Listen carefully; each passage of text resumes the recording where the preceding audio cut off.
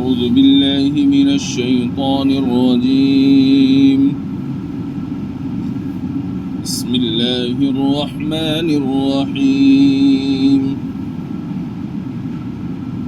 فذرني ومن يكذب بهذا الحديث سنستدرجهم من حيث لا يعلمون وأملي لهم إن كيدي متين أم تسألهم أجرا فهم من مغرم مثقلون أم عندهم الغيب فهم يكتبون فاصبر لحكم ربك ولا تكن كصاحب الحوت إذ نادى وهو مكظوم لولا أن تداركه نعمة من ربه لنبذ بالعراء وهو مذموم فاجتباه ربه فجعله من الصالحين وإن يكاد الذين كفروا ليزلقونك بأبصارهم لما سمعوا الذكر ويقولون إنه لمجنون وما هو إلا ذكر للعالمين. صدق الله العظيم. فذرنی ومن یکذب بہذا الحدیث، بس چھوڑیے مجھے اور ان لوگوں کو جو اس کلام کو جھٹلاتے ہیں. سنستدرجہم من حیث لا یعلمون، ہم ان کو آہستہ آہستہ لے جا رہے ہیں اس طرح کہ ان کو خبر بھی نہیں. وَأُمْلِي لَهُمْ، اور میں ان کو ڈھیل دے رہا ہوں. إِنَّ كَيْدِي مَتِينٌ، بے شک میری تدبیر بڑی مضبوط ہے. آج جو آیات مبارکہ تلاوت کی گئی ہیں یہ سورہ قلم کی آخری آیات مبارکہ ہیں. ان آیات میں سے پہلی آیت میں اللہ تبارک و تعالی نے ارشاد فرمایا، اے نبی جی آپ مجھے اور ان لوگوں کو جو آخرت کو جھٹلا رہے ہیں چھوڑ دیجئے. علماء کرام نے لکھا ہے کہ چھوڑ دیجئے کا مطلب یہاں پر جو ارشاد فرمایا یہ ایک طرح سے محاورہ ہے، اور مطلب یہ ہے اس کا کہ آپ میری ذات پر بھروسہ کیجئے، توکل کیجئے. اور مشرکین مکہ جو اللہ تبارک و تعالی پر ایمان لے کر نہیں آ رہے ہیں، توحید کے منکر ہیں، آخرت کے منکر ہیں، اور اس کے ساتھ ساتھ رسالت کے منکر ہیں، تو یہ لوگ واقعتاً اور حقیقتاً اللہ تبارک و تعالیٰ کے عذاب کے مستحق ہیں. ان کے اوپر اللہ تبارک و تعالیٰ کا عذاب نازل ہو کر رہے گا. اب مشرکین مکہ جلدی عذاب کا مطالبہ کیا کرتے تھے اور یہ کہا کرتے تھے کہ جس عذاب سے تم ہمیں ڈرا رہے ہو، اگر واقعتاً ہم اللہ تبارک و تعالیٰ کے مجرم ہیں تو اللہ تبارک و تعالیٰ کا عذاب ہم پر ابھی کیوں نہیں آ جاتا؟ ابھی عذاب آ جانا چاہیے. اس طرح کا وہ مطالبہ حضور اکرم صلی اللہ تعالیٰ علیہ وآلہ وسلم سے وقتاً فوقتاً کرتے رہتے تھے. علماء کرام نے لکھا ہے اور ممکن ہے کہ آپ علیہ الصلاۃ والسلام کے دل میں بھی یہ خیال آیا ہو کہ ہاں ان کے اوپر عذاب آ جائے گا تو باقی جو دیگر لوگ ہیں ان کی اصلاح ہو جائے گی، وہ لوگ ایمان میں داخل ہو جائیں گے. اور ممکن ہے کہ آپ علیہ الصلاۃ والسلام نے کبھی ان کے لیے بد دعا بھی فرما دی ہو. تو اس لیے اللہ تبارک و تعالیٰ کی جانب سے یہ ارشاد فرمایا گیا، اے نبی جی آپ مجھے اور ان قیامت کے جھٹلانے والوں کو چھوڑ دیجئے گا، یعنی ہماری ذات پر بھروسہ کیجئے. یہ لوگ عذاب کے مستحق ہیں، ان کے اوپر ہمارا عذاب آ کر رہے گا، ہاں اس میں جو تاخیر ہو رہی ہے، دیر ہو رہی ہے، تو اس میں یہ سمجھو کہ ہماری اس میں حکمت ہے، ہماری مصلحت ہے، ہم حکمت اور مصلحت کے تحت ابھی ان کے اوپر عذاب نہیں بھیج رہے ہیں، ہم ان کو مہلت دے رہے ہیں۔ مہلت دینے کی دو وجہ ہیں۔ ایک مہلت دینے کی وجہ تو یہ ہے کہ اللہ تبارک و تعالیٰ کا عذاب کا ایک وقت مقرر ہے، وہ وقت مقررہ پر ہی عذاب آئے گا، اس سے پہلے نہیں آ سکتا۔ اور دوسری وجہ یہ ہے، اس لیے مہلت دی جا رہی ہے کہ ممکن ہے کہ یہ اپنی اصلاح کر لیں اور غلطی کو سدھار کر ایمان میں داخل ہو جائیں، اس لیے اللہ تبارک و تعالیٰ ان کو مہلت دے رہے ہیں۔ ارشاد فرمایا کہ ہم ان کو مہلت دے رہے ہیں اور ہم ان کو ایسا آہستہ آہستہ عذاب کی طرف لے کر جا رہے ہیں کہ ان کو اس کا احساس بھی نہیں ہو رہا ہے۔ دنیا میں اگر کسی وجہ سے عذاب میں مبتلا نہیں بھی ہوئے تو آخرت میں تو ضرور بضرور یہ عذاب میں مبتلا ہوں گے، یہ عذاب سے اللہ کے بچ نہیں سکتے، اللہ کی پکڑ سے بچ نہیں سکتے۔ فرمایا فَذَرْنِي وَمَنْ يُكَذِّبُ بِهَذَا الْحَدِيثِ، بس چھوڑیے مجھے، چھوڑیے کا مطلب یہاں پر یعنی میری ذات پر توکل کیجئے، بھروسہ کیجئے، بس چھوڑیے مجھے اور ان لوگوں کو جو اس کلام کو جھٹلاتے ہیں۔ سَنَسْتَدْرِجُهُمْ مِنْ حَيْثُ لَا يَعْلَمُونَ، یعنی مطلب یہ ہوا کہ ان کو میرے حال پر چھوڑ دیجئے، میں خود ان سے نمٹ لوں گا، آپ پریشان مت ہوئیے۔ ہم ان کو آہستہ آہستہ لے جا رہے ہیں، یعنی میں ان کو اس طرح آہستہ آہستہ دوزخ کی طرف لے جاؤں گا کہ ان کو پتہ بھی نہیں چلے گا، رسی ڈھیلی چھوڑتا رہوں گا، وہ لوگ اپنی حالت پر مگن ہوں گے کہ میرا عذاب ان کو آ پکڑے گا، ان کو پتہ بھی نہیں چلے گا۔ وَأُمْلِي لَهُمْ إِنَّ كَيْدِي مَتِينٌ، اور میں ان کو ڈھیل دے رہا ہوں، میری تدبیر ایسی پکی ہے کہ کوئی اس کو تدبیر کو توڑ نہیں سکتا۔ یہ ایک پیشن گوئی اللہ تبارک و تعالیٰ نے فرمائی ہے جو اسلام کے ابتدا میں کی گئی تھی، اور اس کا ظہور علماء نے لکھا ہے کہ ہجرت مدینہ کے بعد میں ہوا ہے۔ ان قیدی متین، بے شک میری تدبیر بڑی مضبوط ہے۔ معلوم یہ ہوا کہ جو لوگ اللہ تبارک و تعالیٰ کی بارگاہ میں مجرم ہیں وہ عذاب میں ضرور بضرور گرفتار ہوں گے۔ دنیا کے اندر اگر وہ دیکھ رہے ہیں یا کوئی دیکھ رہا ہے کہ مجرم لوگ اللہ کے عذاب میں گرفتار نہیں ہو رہے بلکہ وہ تو اور مزید پہلے سے زیادہ خوشحال رہ رہے ہیں، تو اس کا مطلب یہ ہے کہ اللہ تبارک و تعالیٰ ان کو ڈھیل دے رہے ہیں، اور ڈھیل اس لیے دے رہے ہیں کہ ہو سکتا ہے کہ یہ اپنے اندر سدھار پیدا کر لے، ممکن ہے کہ یہ اپنی غلطی کو سدھار لے، لیکن وہ اپنی ڈھیل کو یہ سمجھتے ہیں کہ اللہ تعالیٰ نے جو ڈھیل دے رکھی ہے اس کا مطلب یہ ہے کہ اللہ ہمارے اس عمل سے راضی اور خوش ہے۔ جب قرآن میں بتا دیا گیا، احادیث میں بتا دیا گیا کہ یہ اعمال ایسے ہیں، فلاں عمل ایسا ہے کہ اس کی وجہ سے اللہ تبارک و تعالیٰ ناراض ہوتے ہیں، اللہ کا غصہ ہوتا ہے، تو سمجھ لیجیے گا وہ عمل ایسا ہے کہ اس عمل پر اللہ کی پکڑ آ کر رہے گی۔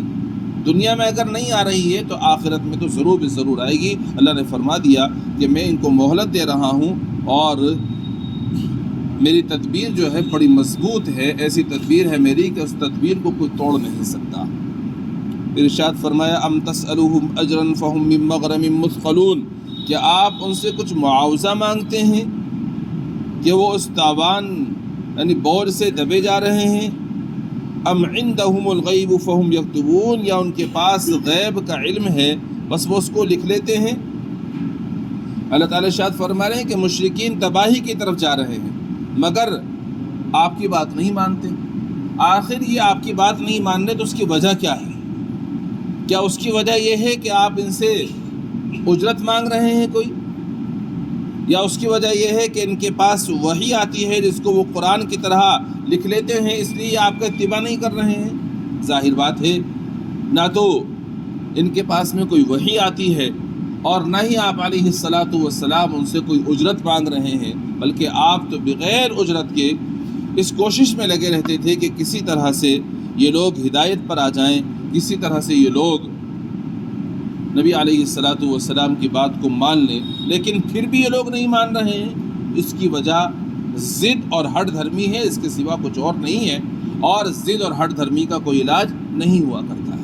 ارشاد فرمایا ام تسألوہم اجرا فہم من مغرم مثقلون، کہ آپ ان سے کچھ معاوضہ مانگتے ہیں کہ وہ اس تاوان کے بوجھ سے دبے جا رہے ہیں؟ ام عندهم الغیب فهم یکتبون، یا ان کے پاس غیب کا علم ہے بس وہ اس کو لکھ لیتے ہیں۔ فاصبر لحکم ربک ولا تکن کصاحب الحوت، بس آپ اپنے رب کے حکم کا انتظار کریں اور مچھلی والے پیغمبر کی طرح نہ ہوں۔ اذ نادا وهو مکظوم، جب اس نے دعا کی درا حالے کہ اس کا دم گھٹا ہوا تھا، یعنی مچھلی کے پیٹ میں انہوں نے دعا کی۔ اب اللہ تعالیٰ نے ارشاد فرمایا نبی علیہ السلام کو کہ نبی جی آپ اپنے رب کا حکم کا انتظار کیجیے اور مچھلی والے کی طرح سے آپ جلدی مت کیجیے۔ ہر طرف سے آپ علیہ السلام کے لیے دیوانہ اور پاگل اور مجنون جیسے الفاظ استعمال کیے جا رہے ہیں، لوگ آپ کو دیوانہ کہہ رہے ہیں، پاگل کہہ رہے ہیں، کیا کیا بول رہے ہیں آپ کے لیے، تو آپ کے دل میں بھی خیال آتا ہوگا کہ بھئی اللہ کی زمین تو بہت کشادہ ہے، کوئی بات نہیں، میں اس زمین کو چھوڑ کر کہیں اور چلا جاتا ہوں۔ تو اللہ تبارک و تعالیٰ نے فرمایا نبی جی آپ جلدی مت کیجیے، صبر کیجیے، اپنے رب کے حکم کا انتظار کیجیے، جب آپ کے رب کا حکم آئے گا تو اس وقت میں آپ ہجرت کیجیے گا۔ کہیں ایسا نہ ہو کہ آپ بھی اس طرح سے جلدی کرنے لگ جائیں جیسا کہ مچھلی والوں نے جلدی کی تھی۔ مچھلی والے سے مراد کون ہے؟ مچھلی والے سے مراد حضرت یونس علیہ السلام۔ حضرت یونس علیہ السلام کا قصہ مختصراً سنیے گا، ویسے ان کا واقعہ تفصیل کے ساتھ میں سورہ یونس کے اندر اور سورہ صافات کے اندر اور دیگر سورتوں کے اندر آ چکا ہے، لیکن مختصراً سنیے گا۔ حضرت یونس علیہ السلام کو اللہ رب العزت نے عراق کے اندر ایک علاقہ ہے نینوا، اس کی جانب نبی بنا کر مبعوث فرمایا۔ حضرت یونس علیہ السلام ہر وقت قوم کو سمجھاتے رہے، اللہ تبارک و تعالیٰ کی جانب بلاتے رہے، اللہ کے تعالیٰ کے عذاب سے ڈراتے رہے، مگر قوم ہے کہ ٹس سے مس نہیں ہو رہی ہے۔ اللہ تبارک و تعالیٰ کی جانب سے جب حکم دیا جاتا کہ آپ ان کو خبردار کیجئے، ان کو ڈرائیے، تو یونس علیہ السلام ڈراتے تو قوم کہتی کہ وہ عذاب سے جس سے تم ہمیں ڈرا رہے ہو ہم پر آج کیوں نہیں جاتا ابھی؟ تو یونس علیہ السلام نے جب دیکھا کہ یہ قوم باز نہیں آ رہی ہے تو اللہ تبارک و تعالیٰ سے دعا فرمائی، تو اللہ تعالیٰ کی جانب سے بتایا گیا کہ ان کے اوپر ان قریب عذاب آنے والا ہے، لیکن عذاب کا وقت نہیں معلوم ہے۔ تو یونس علیہ السلام نے یہ سمجھا کہ اب ان کے اوپر تو عذاب آنے والا ہے ہی، اور پتہ نہیں کب آ جائیں۔ جب اللہ تبارک و تعالیٰ کی جانب سے بتا دیا گیا ان قریب عذاب آنے والا ہے تو ممکن ہے کہ جلدی عذاب آ جائے، اور جب ان کے اوپر عذاب آئے گا تو اب میں اس قوم کے درمیان میں رہ کر کیا کروں گا، لہذا مجھے یہاں سے چلے جانا چاہیے۔ تو یونس علیہ السلام ان لوگوں کو چھوڑ کر اپنے بیوی اور بچوں کو لے کر کے یہاں سے روانہ ہو گئے۔ اب جب یہاں سے روانہ ہوئے تو آگے جا کر کے دریا پڑی، تو دریا پار کرنا تھا، اس کے لیے کشتی تھی، اس کشتی میں سوار ہو گئے۔ اور جب کشتی میں سوار ہوئے تو سوار ہونے کے بعد میں 20 سمندر کے اندر کشتی ہچکولے کھانے لگی۔ تو جو ملاح تھا، کشتی بان تھا، اس نے کہا بھی ایسا لگتا ہے کہ اس کشتی کے اندر کوئی ایسا بندہ سوار ہے جو اپنے غلام سے بھاگ کر آ گیا ہے، آقا سے بھاگ کر آ گیا ہے، کوئی ایسا غلام ہے۔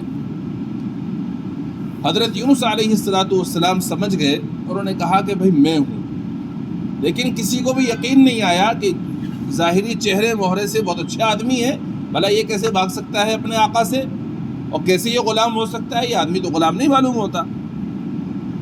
جب ان کو یقین نہیں آیا، یونس علیہ السلام نے کہا میں ہی ہوں، تو قرعہ ڈالا گیا، کئی مرتبہ قرعہ ڈالا گیا، تو ہر مرتبہ قرعے میں یونس علیہ السلام کا نام آیا۔ تو مجبور ہو کر کے ان لوگوں نے، ملاح نے اور دیگر لوگوں نے یونس علیہ السلام کو سمندر میں پھینک دیا۔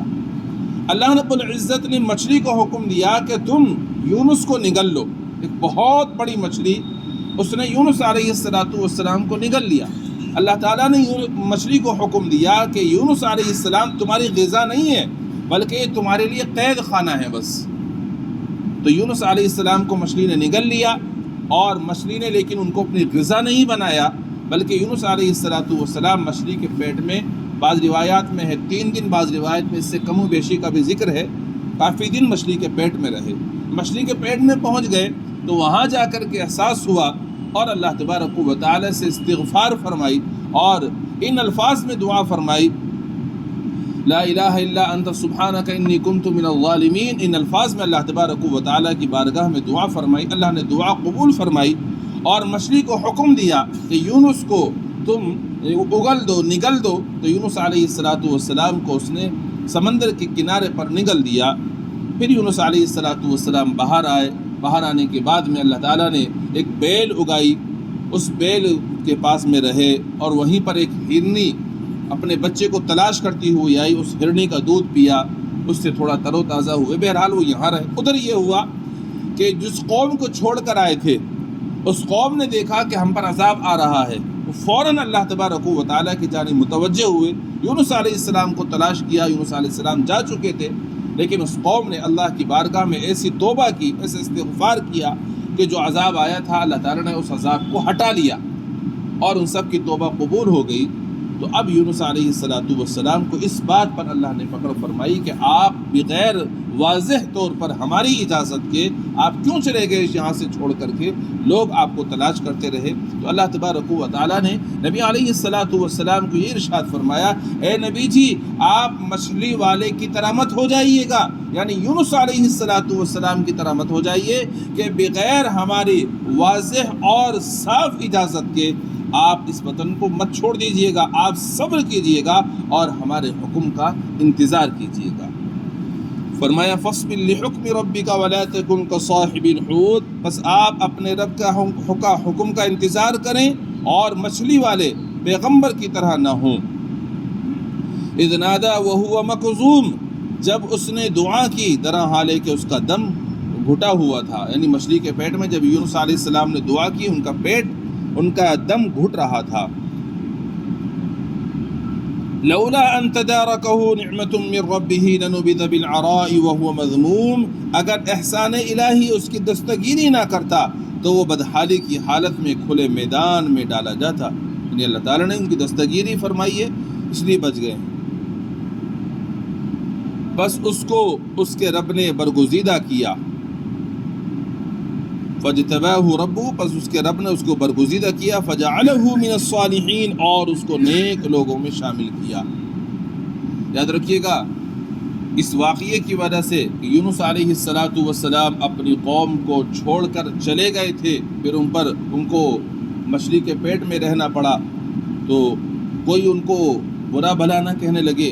یونس علیہ السلام پیغمبر ہیں، نبی ہیں، اور نبی تمام انسانوں میں سب سے افضل ترین انسان ہوا کرتے ہیں۔ اسی لیے حدیث مبارکہ میں حضرت نبی کریم صلی اللہ تعالیٰ علیہ وآلہ وسلم نے یہاں تک ارشاد فرمایا کہ تم میں سے کوئی شخص یہ نہ کہے کہ نبی علیہ السلام یونس بن متیٰ علیہ السلام سے بہتر ہیں، یہ بھی نہ کہے کوئی۔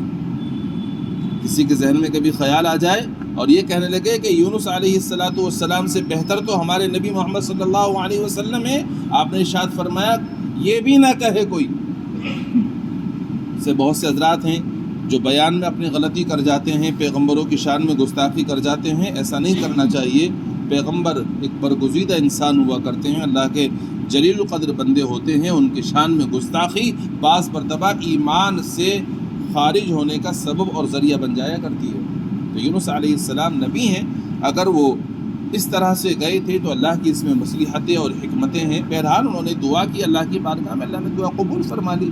اب جب کوئی دعا کر لیتا ہے، اپنی غلطی کی معافی مانگ لیتا ہے، تو وہ گناہوں سے ایسے ہو جاتا ہے جیسے اس نے گناہ کیا ہی نہیں۔ جب عام انسان کے بارے میں بھی یہ ہے، تو اب پیغمبر سے اگر چوک ہوئی ہے، اس کے بارے میں کوئی اس طرح کے الفاظ زبان سے نکالتا ہے تو ظاہر بات ہے تو اپنا ایمان اس کا خطرے میں پڑ جائے گا۔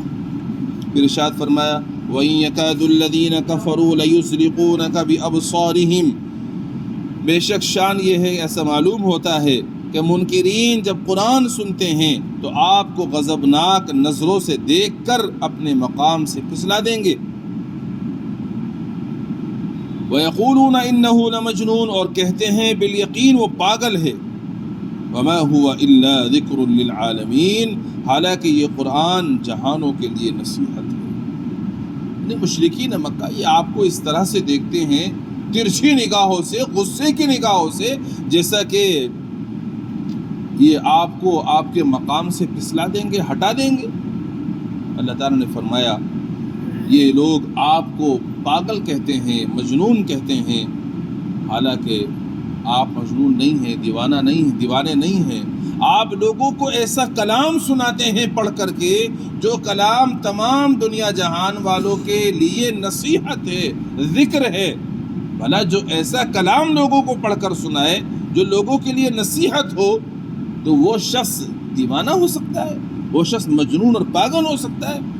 خبردار، کبھی بھی ایسا آدمی مجنون اور دیوانہ نہیں ہوا کرتا، بلکہ در حقیقت وہ تو اس کوشش میں لگا ہوا ہوتا ہے کہ کسی طرح سے امت راہ راست پر آ جائے۔ بعض علماء نے یہ بھی لکھا ہے، اس آیت کے ذیل میں ایک واقعہ لکھا ہے کہ مکہ مکرمہ کے اندر ایک شخص ایسا تھا کہ جو کسی پر بری نگاہ ڈالتا تھا، اس کی بری نظر کا فوراً اثر ہو جاتا تھا۔